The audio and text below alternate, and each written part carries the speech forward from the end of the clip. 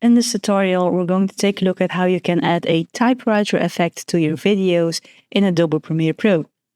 So first, let's make a text by clicking this type tool or pressing T on our keyboard and then just type out what we want to have. Now you can add any adjustments you want in the Properties window. Align it in the Align and Transform window if you want to. And when you're happy with it, select your text layer, go to the Effects window, which if it isn't visible, you can go to Window and then choose Effects here, or press Shift 7 on your keyboard. And here we're going to search for Crop.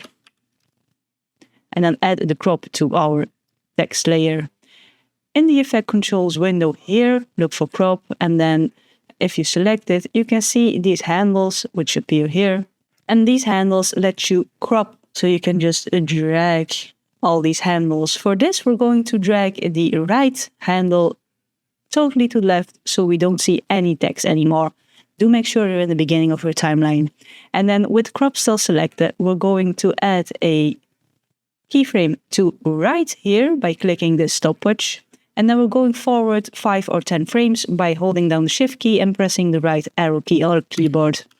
And then here we're going to adjust this crop until we can just see the first letter like this.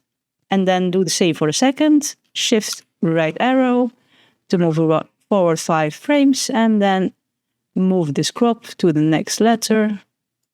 And keep doing this for all letters in your words. And when you're finished, you should go back to the beginning of your timeline and you press play by hitting your spacebar. You get a typewriter effect in Adobe Premiere Pro.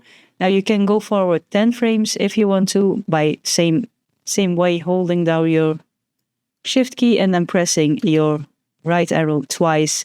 But this is how you can create a typewriter effect using the crop effect in Adobe Premiere Pro.